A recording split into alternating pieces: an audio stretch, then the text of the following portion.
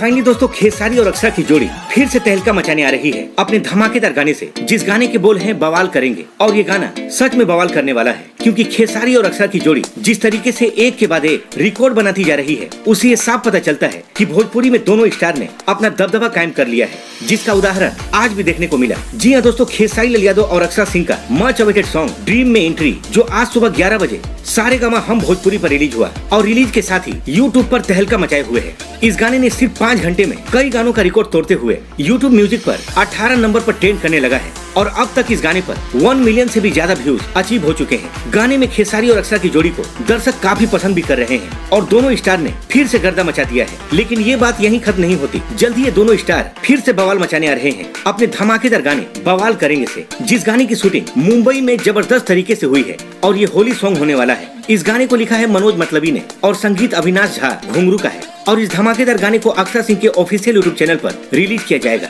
गाने के release debt के बारे में कोई कंफर्मेशन सामने नहीं आई है, जैसे ही आएगी हम आपको अगली वीडियो में बताएंगे। इसके साथ ही दोस्तों आपको बता दें कि ब्लू बीट भोजपुरी पर ये दोनों स्टार फिर दिखाई देंगे एक और गाने में, जिस गाने के बोल है पिठैया, जिसे खेसारी लाल यादव और अक्षरा सिंह ने गाए हैं। तो फिलहाल के लिए बस इतना ही, मिलते हैं अगली वीडियो में एक और धमाकेदार खबर के साथ। तब तक के लिए जय हिंद, जय भोजपुरी।